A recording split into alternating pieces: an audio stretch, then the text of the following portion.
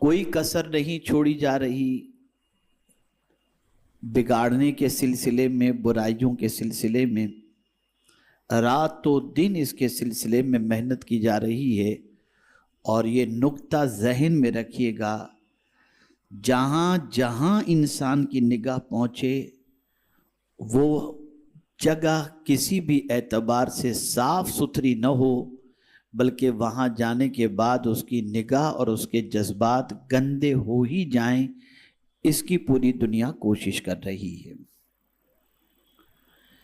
میرے پیارے آقا صلی اللہ تعالی علیہ وسلم کے پیارے دیوانوں، پھیلتی ہوئی برائیوں کو، بگڑتے ہوئے ماحول کو کیسے سنوارا جا سکتا ہے، اور اپنی نسلوں کو بھی اور آنے والی نسلوں کو بھی کس طریقے سے برائیوں سے محفوظ رکھا جا سکتا ہے، اور موجودہ ماحول کے اندر برائیوں کے سیلاب کے اندر ڈوب جانے والوں کو کس طریقے سے بچایا جا سکتا ہے، اور ایک اچھے اور صاف ستھرے معاشرے کی تشکیل کیوں کر ممکن ہے، اس کو سمجھنا بے پناہ ضروری ہے۔ سب سے پہلے تو آپ دیکھیں کہ انسان جب اپنی ذمہ داریوں کو بھول جاتا ہے اور اللہ کی طرف سے ملنے والے انعام کو اور لقب کو انسان فراموش کر دیتا ہے اور اہمیت کو نہیں سمجھتا، تو نتیجتاً اس کی زندگی، اس کی عزت، اس کی آبرو، اس سے وہ محروم ہوتا ہوا دکھائی دیتا ہے۔ سب سے پہلے ہم دیکھیں کہ اس وقت دنیا جو ہے دوست بنانے کی طرف انسان کی طبیعت کو مائل کر رہی ہے۔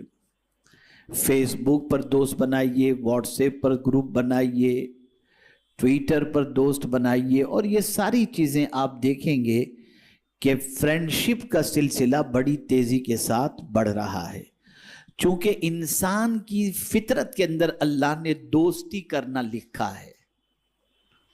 کسی سے دوستی کرنا اللہ نے انسان کی فطرت کے اندر رکھا ہے۔ انسان کسی نہ کسی کو دوست بناتا ہے، لیکن وہ یہ نہیں جانتا کہ اس دوستی کا حق کیا ہے اور دوستی کو کیسے نبھایا جائے۔ ایک دوست کی دوسرے دوست کے سلسلے میں رسپانسبلٹی کیا ہے، اس رسپانسبلٹی سے آج کا مسلمان ناواقف ہے، اور ناواقفیت کی بنیاد پر وہ مسلمان اپنے مسلمان دوست کی دوستی کا حق ادا کرتا ہوا نظر نہیں آتا۔ میں نے جس حدیث شریف کی تلاوت کا شرف حاصل کیا، اس میں رسول اعظم صلی اللہ تعالی علیہ وسلم کی دعا ہے۔ حضور صلی اللہ علیہ وسلم نے ایسے بندوں کے لیے دعا فرمائی جن بندوں کے اندر یہ صفت موجود ہو۔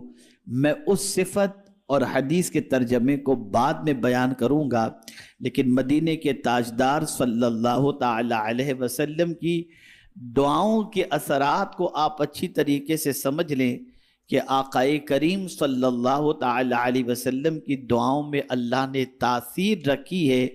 حضور صلی اللہ علیہ وسلم کی زبان سے جب دعا نکل جائے تو اللہ تعالیٰ اس دعا کو قبول فرما لیتا ہے۔ آقا کریم صلی اللہ علیہ وسلم جس کے لیے دعا کر دیں، میرے آقا صلی اللہ علیہ وسلم نے کسی کے لیے برکت کی دعا فرمائی تو اللہ تعالیٰ نے مال اور عمر میں برکتیں عطا فرمائیں۔ کسی کے لیے میرے آقا صلی اللہ تعالی علیہ وسلم نے مغفرت کی دعا فرمائی، اللہ تعالیٰ نے ان کی مغفرت فرما دی۔ جس کے لیے رسول اعظم صلی اللہ علیہ وسلم نے دعا فرمائی، میرے آقا صلی اللہ علیہ وسلم کی دعاؤں کو اللہ عز و جل نے شرف قبولیت سے نوازا۔ اسی لیے کہنے والے نے کہا ہے کہ دلہن بن کے نکلی دعائے محمد صلی اللہ علیہ وسلم، کہ حضور کی دعاؤں کو اللہ عز و جل قبول فرما لیتا ہے۔ میرے پیارے آقا صلی اللہ تعالی علیہ وسلم کے پیارے دیوانوں، کئی واقعات دعاؤں کی قبولیت سے متعلق ہیں، لیکن میں اس وقت ان دعاؤں کی طرف آپ کی توجہ کو مبذول نہیں کراتا، اس لیے کہ آپ کا ہمارا سب کا عقیدہ ہے جو حضور کہہ دیں اللہ وہ کر دیتا ہے۔ اور بسا اوقات ایسا ہوتا ہے کہ حضور کو کچھ کہنے کی ضرورت نہیں ہوتی، حضور سوچتے ہیں تو اللہ کر دیتا ہے۔ مثال کے طور پر میں آپ کے سامنے عرض کروں، آقا کریم صلی اللہ تعالی علیہ وسلم مسجد قبلتین کے اندر نماز ادا فرما رہے تھے، اور حالت نماز میں سرکار صلی اللہ علیہ وسلم نے اپنا چہرہ آسمان کی طرف اٹھایا، کہا کچھ بھی نہیں، بس دل میں صرف حضور کے یہ تمنا تھی کہ کاش کہ میرا مولا بیت المقدس کی بجائے کعبہ کو قبلہ بنا دے۔ کہا نہیں حضور نے، صرف چاہا اور دل میں تمنا حضور نے پیدا کی، تو میرے مولا نے فرمایا قد نرا تقلب وجهك في السماء فلنولینک قبلۃ ترضاها۔ محبوب ہم آپ کا چہرہ آسمان کی طرف اٹھتا ہوا تک رہے ہیں، تم جس طرف رخ کر دو گے ہم اسی کو قبلہ بنا دیں گے۔ تو صرف حضور کے چاہنے سے قبلہ بدل گیا، اور میرے آقا صلی اللہ علیہ وسلم کی چاہت کا میرا مولا کس حد تک اہتمام فرماتا ہے، اس کو آپ کو دیکھنا ہے تو اس طرح سے دیکھیں کہ میرے کریم نے فرمایا وَلَسَوْفَ يُعْتِيكَ رَبُّكَ فَتَرْضَىٰ، ان قریب میرے محبوب آپ کو اتنا عطا کریں گے کہ آپ راضی ہو جائیں گے۔ تو میرے پیارے آقا صلی اللہ تعالی علیہ وسلم کے پیارے دیوانوں، اب ذہن تھوڑا سا آپ کا بن چکا کہ حضور صلی اللہ علیہ وسلم کی دعاؤں کو اللہ قبول فرماتا ہے، اور حضور صلی اللہ علیہ وسلم جو چاہیں اللہ عز و جل وہ فرما دیتا ہے۔ اب آقا کریم صلی اللہ علیہ وسلم نے دعا کس کے بارے میں فرمائی، آج آپ کو یہ سمجھنا ہے، آپ کو یہ بات ذہن کے اندر محفوظ کرنی ہے کہ کیا ہم بھی حضور کی دعا کے حقدار بنیں؟ کیا آپ چاہتے ہیں کہ ہم بھی سرکار کی دعا کے مستحق بن جائیں؟ جواب تو دیں کم سے کم، چاہتے ہیں نا؟ جس کے لیے حضور صلی اللہ علیہ وسلم نے دعا فرمائی، کیا ہم چاہتے ہیں کہ ہم ویسے بن جائیں کہ وہ دعا ہمارے حق میں بھی ہو جائے؟ چاہتے ہیں آپ؟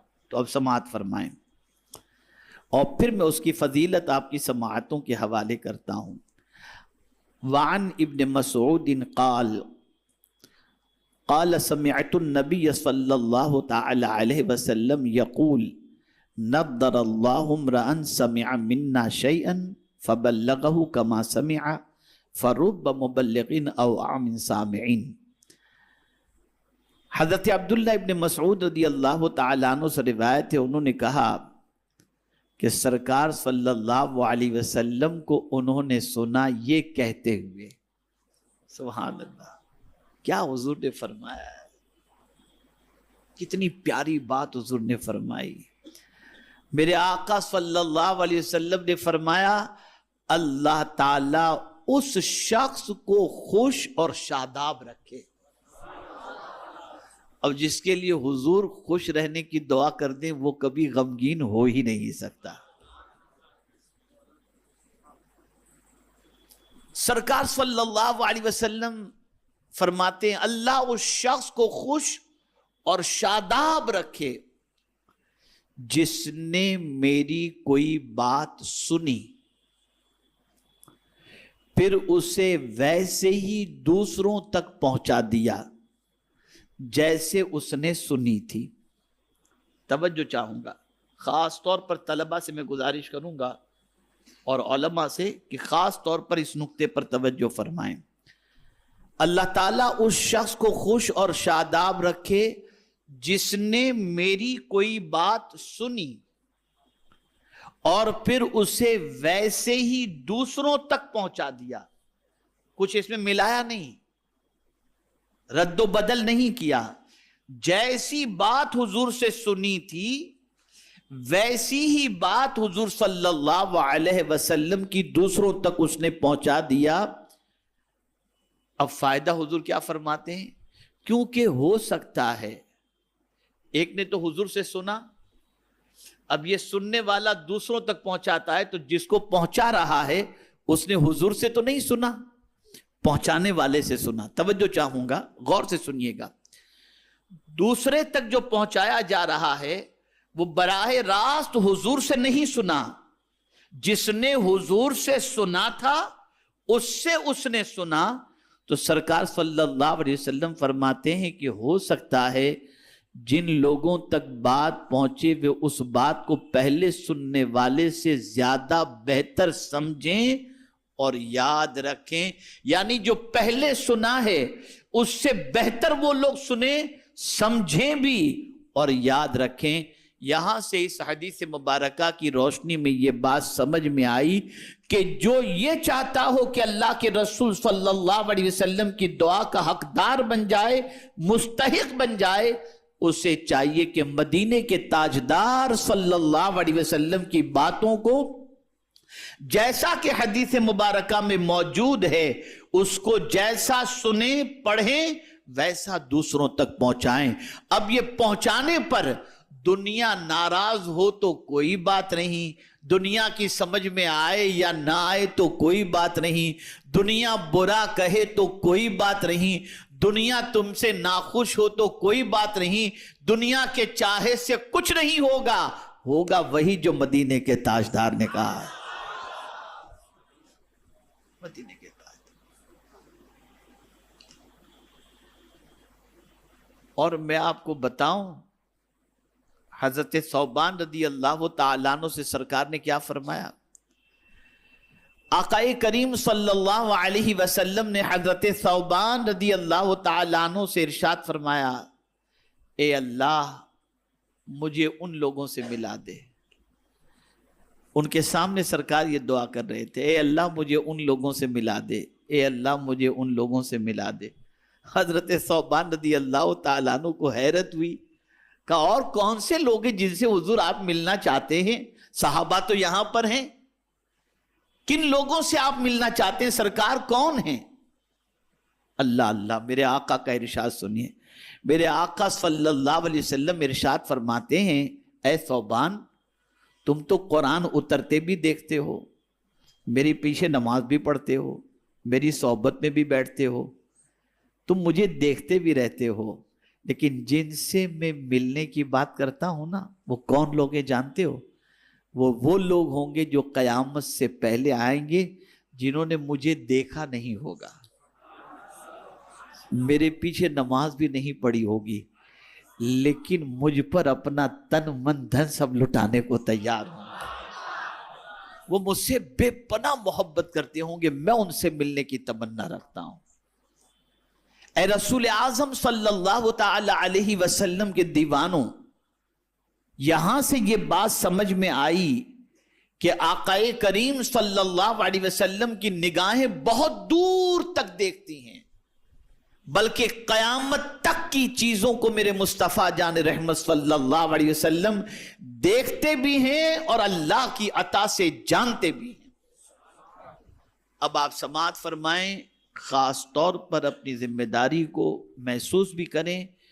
اگر اس ذمہ داری کو آج سے آپ نے محسوس کیا اور اس کو نبھانے کی آپ نے کوشش کی تو اس کا اجر اللہ عز و جل بہت عطا فرمائے گا۔ میرے پیارے آقا صلی اللہ تعالی علیہ وسلم کے پیارے دیوانوں، قرآن مقدس میں مومن کا دوست ہے، یہ فرمایا گیا۔ مومن اور مومنات، یعنی مومن اور مومنات ایک دوسرے کے دوست ہیں۔ یہاں سے یہ بات سمجھ میں آئی کہ جب بھی دوستی کرنی ہو تو اس بات کو دیکھ لیا کرو کہ اس کے سینے میں مصطفیٰ پیارے کی محبت ہے یا نہیں ہے۔ اس لیے آقا کریم صلی اللہ علیہ وسلم نے ارشاد فرمایا، لا تصاحب الا مؤمنا۔ میرے آقا صلی اللہ علیہ وسلم فرماتے ہیں دوست نہ بناؤ مگر مومن کو۔ اس لیے کہ جب تم مومن کو دوست بناؤ گے تو فائدہ کیا ہوگا؟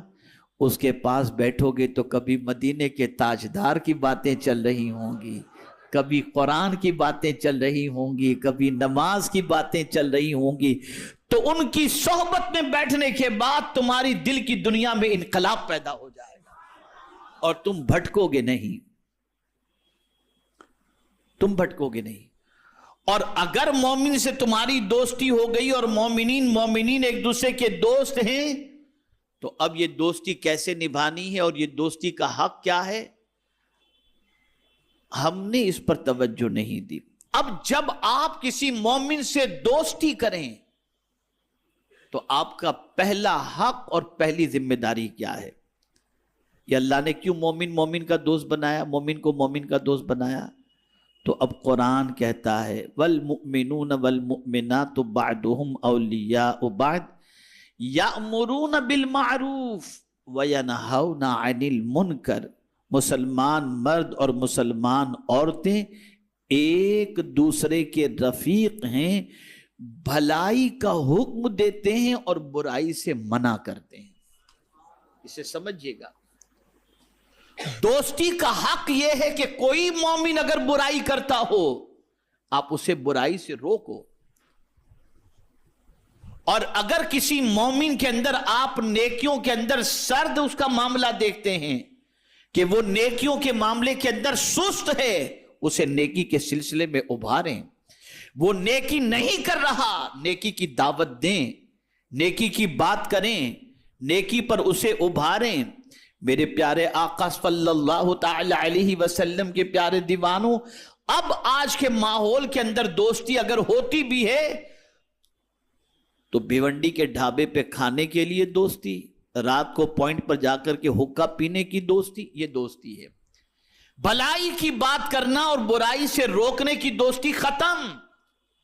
اگر ایک مومن دوسرے مومن کے ساتھ اس طریقے کا تعلق قائم کرتا کہ نیکی کا حکم دیتا اور برائی سے روکتا تو آج کوئی بھی مومن گناہوں کے دلدل میں ڈوبا ہوا نظر نہ آتا۔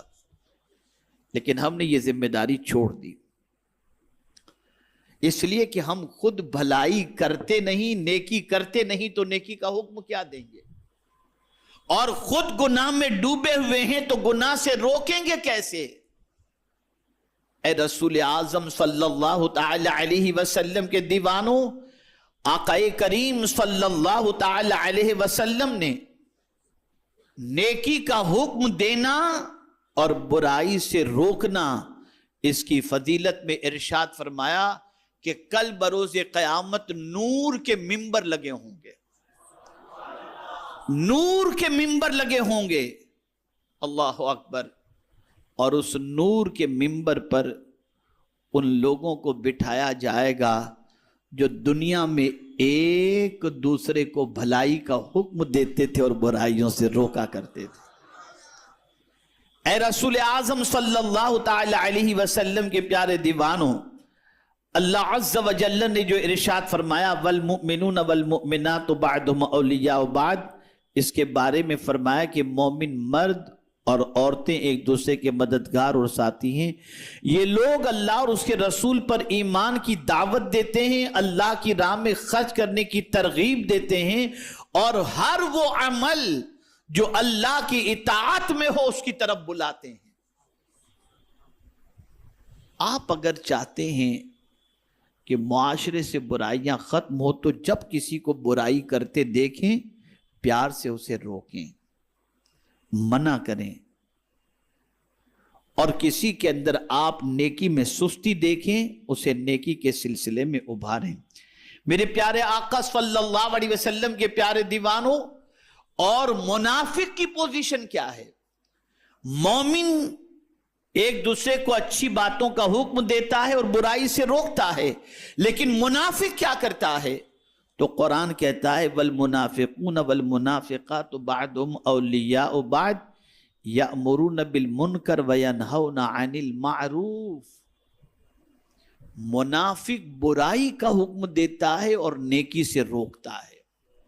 توجہ چاہوں گا اس بات پر، منافق برائی کا حکم دیتا ہے اور نیکی سے روکتا ہے، اور مومن نیکی کا حکم دیتا ہے اور برائی سے روکتا ہے۔ اور جانتے ہیں منافق کا ٹھکانہ کیا ہے؟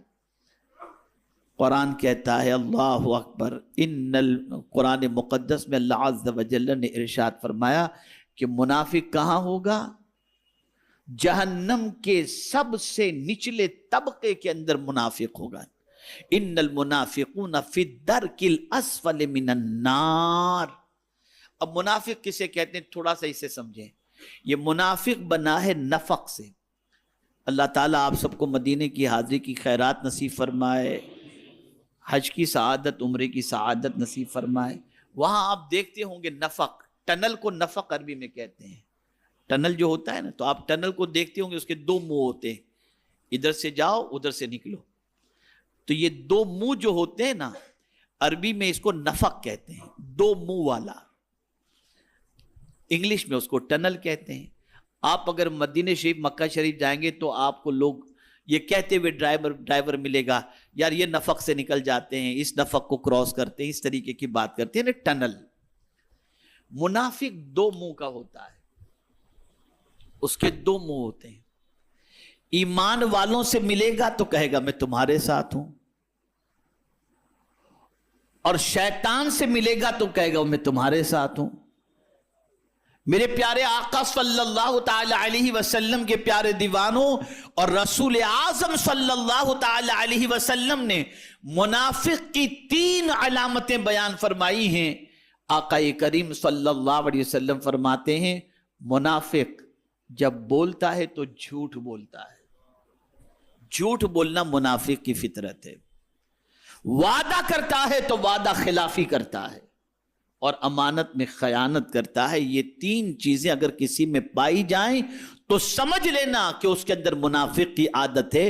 اور یہ بھی آپ دیکھ لو، اگر کسی مومن کو کوئی برائی کی دعوت دے رہا ہے تو یہ زبان سے تو مومن کہلا رہا ہے، لیکن اندر شرع بھی مومن ہوگا، لیکن اس کے اندر جو عادت پائی جا رہی ہے وہ منافق کی عادت پائی جا رہی ہے کہ وہ برائی کی طرف. جیسے کچھ لوگ کہتے ہیں آؤ یار پکچر دیکھ کے آ جاتے ہیں، کوئی کہتا ہے آؤ ذرا فلاں گناہ معاذ اللہ کر کے آ جاتے ہیں. کوئی کیا کرتا ہے، کوئی کیا کرتا ہے، نہ جانے کتنوں کو گناہ کی طرف آواز دیتا اور دعوت دیتا ہوا نظر آتا ہے. تو یہ گناہ کی طرف بلانا یہ منافق کی عادت ہے. منافق ہمیشہ برائیوں کا حکم دیتا ہے، بھلائیوں کا حکم نہیں دیتا. لیکن جو مصطفیٰ کا دیوانہ ہوگا وہ بھلائی کا حکم دے گا، برائی سے روکے گا.